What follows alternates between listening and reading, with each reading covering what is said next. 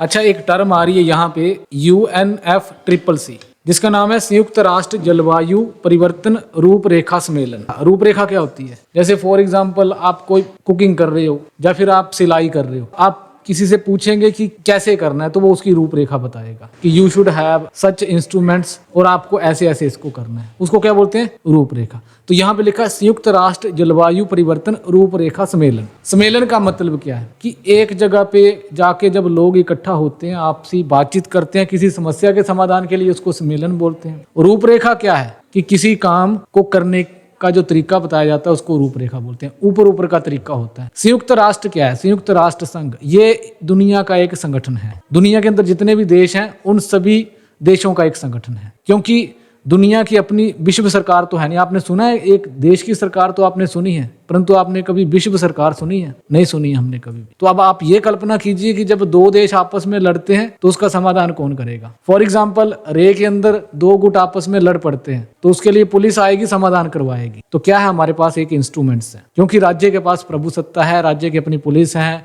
ज्यादा स्थिति बिगड़ जाएगी तो आर्मी भेज दी जाएगी। परंतु दुनिया के दो देशों के बीच लड़ाई होती है तो उसका समाधान कभी किया जा सकता है? नहीं किया जा सकता, क्योंकि हमारे पास कुछ ऐसी विश्व की सरकार है ही नहीं जो उनको पनिश कर पाए। परंतु प्रयास होते रहे हैं कि दुनिया के जो देश हैं वो आपसी विवादों को अपनी बातचीत से ही उसका समाधान कर ले। तो दुनिया के अंदर दो विश्व युद्ध देखने को मिले, 1914 से लेकर 1918 प्रथम विश्व युद्ध, 1939 से लेकर 1945 तक दूसरा विश्व युद्ध, और तीसरा विश्व युद्ध दुनिया के अंदर ना हो। और ये क्यों नहीं होना चाहिए?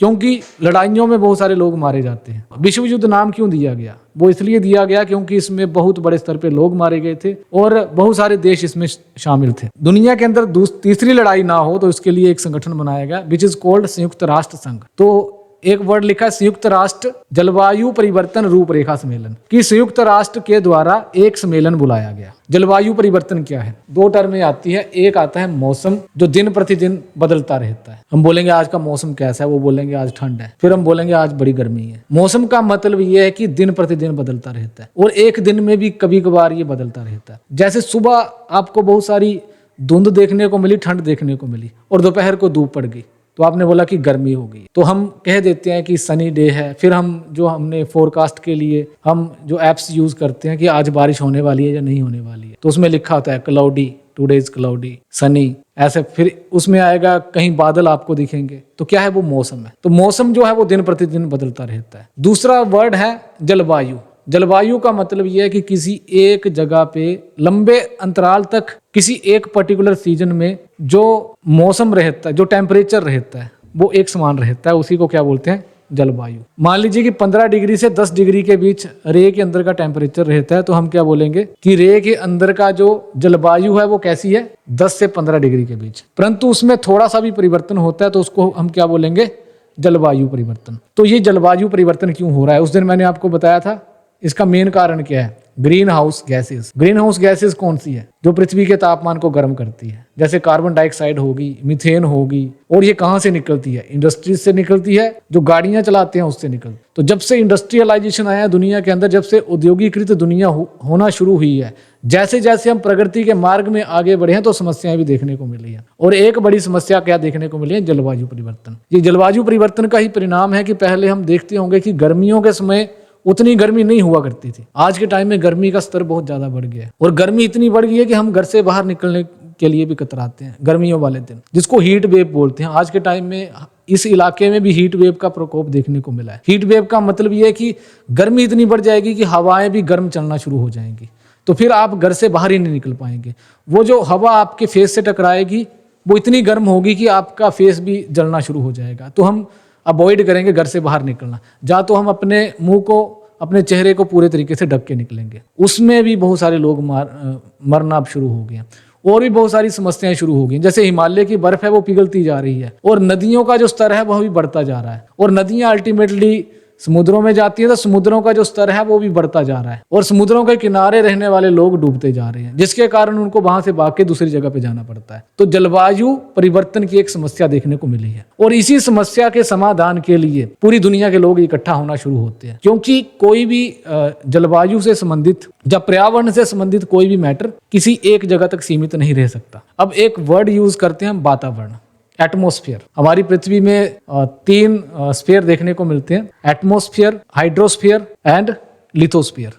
लिथोस्फीयर का मतलब क्या है कि ये जो जमीन है ये लिथोस्फीयर है, जिसके ऊपर हम खड़े हैं, हार्ड रॉक जिसको हम बोलते हैं, जहां पे हमारे घर हैं उसको लिथोस्फीयर बोलते हैं। तो कोई भी इंसान इसी में रहेगा। दूसरा क्या है? हाइड्रोस्फीयर, पानी। तीसरा इस पृथ्वी में क्या है? एटमॉस्फेयर, जिसको वातावरण कहते हैं। अब वातावरण में क्या होता है? गैसेज होती है, ऑक्सीजन होती है, कार्बन डाइऑक्साइड होती है, हाइड्रोजन होती है। और नेचुरली यदि हम बात करें तो इस वातावरण में प्राकृतिक रूप से जो गैसेज हैं वह इस हद तक थी कि कोई भी इंसान अच्छे से रह सकता था। परंतु जैसे जैसे हमने कार्बन डाइऑक्साइड का एमिशन होना शुरू हुआ due to industrialization and due to transportation, उसके कारण पृथ्वी का जो तापमान है वो निरंतर बढ़ता जा रहा है और उसके तापमान में भी परिवर्तन देखने को मिल रहा है। इसी को हम क्या बोलते हैं? जलवायु परिवर्तन। ग्लोबल वार्मिंग के कारण, वैश्विक तापमान में वृद्धि के कारण दुनिया के जलवायु में परिवर्तन देखने को मिल रहा था। किसी एक जगह पे अगर गर्मियों के दिन बर्फ पड़ती थी 50 दिन, तो अब वहां पर 10 दिन ही पड़ रही है। किसी एक जगह पे गर्मियों के दिन 30 डिग्री टेम्परेचर हुआ करता था, तो अब वहां पे 35 डिग्री होना शुरू हो गया है। किसी पे 40 डिग्री था तो वहां पे 45 डिग्री हो रहा है। तो क्या हम देख रहे हैं कुल मिला के कि गर्मी का जो स्तर है वह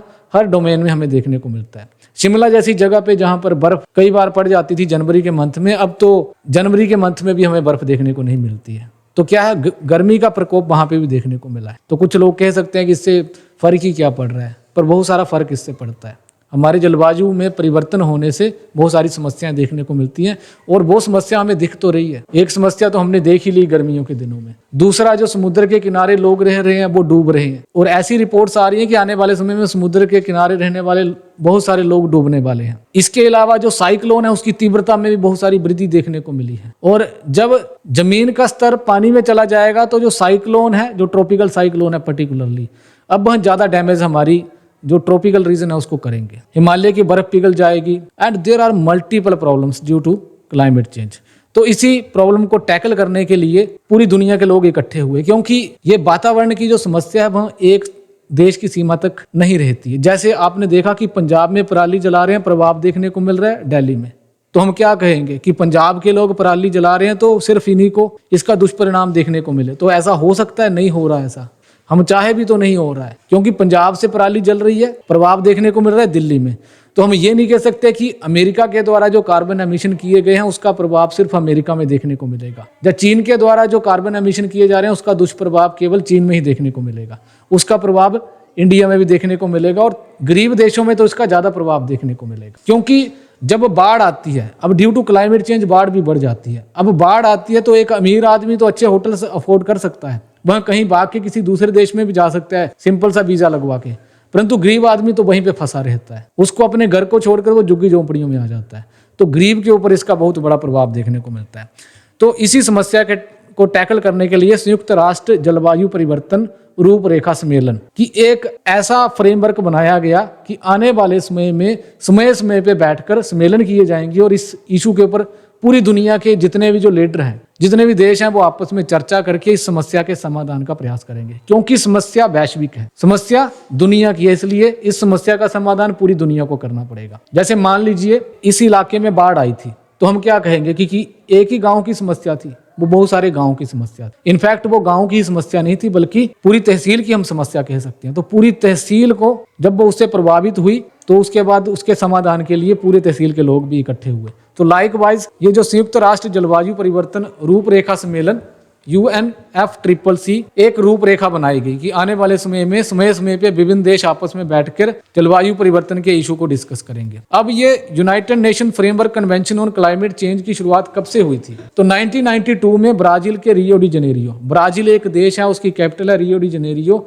वहां पर एक सम्मेलन हुआ था जिसको पृथ्वी सम्मेलन कहते हैं, विच इज वेरी फेमस, आपने पहले भी सुना होगा, अर्थ समिट इसको कहते हैं। 1992 में हुई, उसमें इस सम्मेलन की घोषणा करी गई थी, इसकी स्थापना की गई। उस समय 3 समझौते किए गए थे और 3 समझौतों में से एक समझौता ये भी था कि हम एक ऐसा फ्रेमवर्क बनाएंगे, एक ऐसी रूपरेखा तैयार करेंगे जिसमें समय समय पर सम्मेलन बुलाए जाएंगे। अब ये जो संधि थी वो 1992 में करी गई थी, परंतु ये लागू होती है 21 मार्च 1994 को, 21 मार्च 1994 को, जब इसे पर्याप्त संख्या में देशों ने अनुमोदित कर दिया। अच्छा, इसको मैं इसका जो मेन पॉइंट है वो आपको बता देता हूँ। मेन पॉइंट ये है कि ये जो रूपरेखा तैयार करी गई थी, ये बोला गया था कि इसके बाद हम समय समय पे बैठेंगे। सबसे पहले अराउंड आई थिंक 1994 के करीब ये लोग बैठते हैं, तो उसको बोला जाता है कॉन्फ्रेंस ऑफ पार्टीज, कोप इसको बोलते हैं, कॉन्फ्रेंस ऑफ पार्टीज, कोप बन हुई थी। अब ये जो फ्रेमवर्क बनाया गया था, बोला था कि कॉन्फ्रेंस ऑफ पार्टीज के नाम से हम डिस्कस करेंगे। तो वो जो डिस्कशंस होती है, कोप 1 होता है, कोप 2 होता है, कोप 3 होता है, कॉन्फ्रेंस ऑफ पार्टीज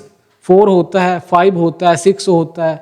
आज के टाइम में कोप 29 तक हम पहुंच गए हैं। क्योंकि हम 2024 में रह रहे हैं ना, तो अभी इसकी ऑफ लेट रिसेंट जो कॉन्फ्रेंस हुई है वह बाकू में हुई है, अजरबैजान में हुई है। तो क्या है, सभी देश आपस में मिलके इस इशू के बारे में डिस्कस करते हैं और क्या बोलते हैं कि हम इस समस्या के समाधान के लिए प्रयास करेंगे। अच्छा, ये इंडिया दिख रहा है, Pakistan, Afghanistan, Turkmenistan, Iran and Iran के जस्ट ऊपर अजरबैजान। इसकी कैपिटल है बाकू। यहाँ पर कोप 29 होता है, कॉन्फ्रेंस ऑफ पार्टीज। इसका अखबार के माध्यम से भी आप सुन रहे होंगे। तो मैं ये क्या कहने का प्रयास कर रहा था कि ये जो United Nations framework convention on climate change होता है, ये एक ऐसा फ्रेमवर्क बनाया जाता है जिसमें कहा जाता है कि हम समय समय पे डिस्कस करेंगे, और डिस्कस करने के लिए समय समय पे बैठ के बुलाई जाती हैं, सम्मेलन बुलाए जाते हैं, जिसमें सभी देशों के लोग आपस में मिल के बैठते हैं और आपसी बातचीत करते हैं। और मेन जो इशू था डिस्कस करने का वो क्लाइमेट चेंज ही था, जलवायु परिवर्तन ही था। तो इंडिया के लोग भी यहाँ पर जाते हैं। इनफैक्ट ना केवल सरकार के नुमाइंदे यहाँ पे गए, परंतु सिविल सोसाइटी के लोग भी यहाँ पे जाते हैं। अजरबैजान, इसकी जो कैपिटल है वो बाकू है, ये यहाँ पे है इसकी कैपिटल, बाकू। इसको यहाँ पर कोप 29 होता है। तो अब कोप 29 क्या था, उसमें क्या क्या डिस्कस हुई थी, उसके बारे में न्यूज़पेपर्स में आ रहा है। इसके बारे में फिर कभी डिस्कस करेंगे, क्योंकि टाइम ही नहीं लग पाता आपकी क्लास लेने का। और क्लाइमेट चेंज के बारे में समझना है तो उसको एक एक करके समझना पड़ता है। जैसे मैंने आपको पृथ्वी सम्मेलन के बारे में बताया, फिर क्योटो प्रोटोकॉल हुआ था 1997 में, फिर भी और भी बहुत सारी कॉन्फ्रेंसेस हुई थी। 2015 में पेरिस कॉन्फ्रेंस हुई थी, जिसमें जलवायु में जो परिवर्तन हो रहा है उसको ठीक करने के लिए बातचीत करी गई। अच्छा, आपने इंडस्ट्रियलाइजेशन के बारे में सुना होगा, हिस्ट्री के स्टूडेंट्स ने सुना है? उद्योगीकरण के बारे में नहीं सुना? इंग्लैंड के अंदर उद्योगीकरण आया था और यूरोप के अंदर उद्योगीकरण आया था। तो उद्योगीकरण जब आया तो वहां पर क्या था, उद्योग लगते हैं। अब ये उद्योग किससे चलते थे, कल्पना कीजिए, किससे चलते थे? कोयले से चलते होंगे, फ्यूल से ही चलेंगे, ऑब्वियस सी बात है। शुरू में कोयले से चले होंगे। स्टीम इंजन कैसे वर्क करते थे? कोयले से तो वर्क करते थे। गदर मूवी देखी है आपने? गाड़ी कैसे चल रही थी? कोयले से चल रही थी। एनर्जी का सोर्स क्या था? कोयला था। लाइकवाइज इंडस्ट्रीज भी कोयले से चल रही थी। कोयले को जलाने से अब एज्यूम कर लीजिए कि CO2 एमिशंस होगा। उसके बाद समय बीतने के साथ डीजल वाली इंडस्ट्रीज लगी, पेट्रोल वाली गाड़ियां आई, तो उससे एमिशन होता है। डीजल एंड पेट्रोल किसका एमिशन करता है? CO2 का करता है। और CO2 क्या है? ग्रीन हाउस गैस है। ग्रीन हाउस गैस एक गर्म गैस है जो हमारी पृथ्वी को गर्म करती है। तो उसी की चर्चा के लिए अब आज के टाइम में सरकार क्यों एनकरेज कर रही है कि आप जो है वो इको फ्रेंडली टेक्निक का प्रयोग करें।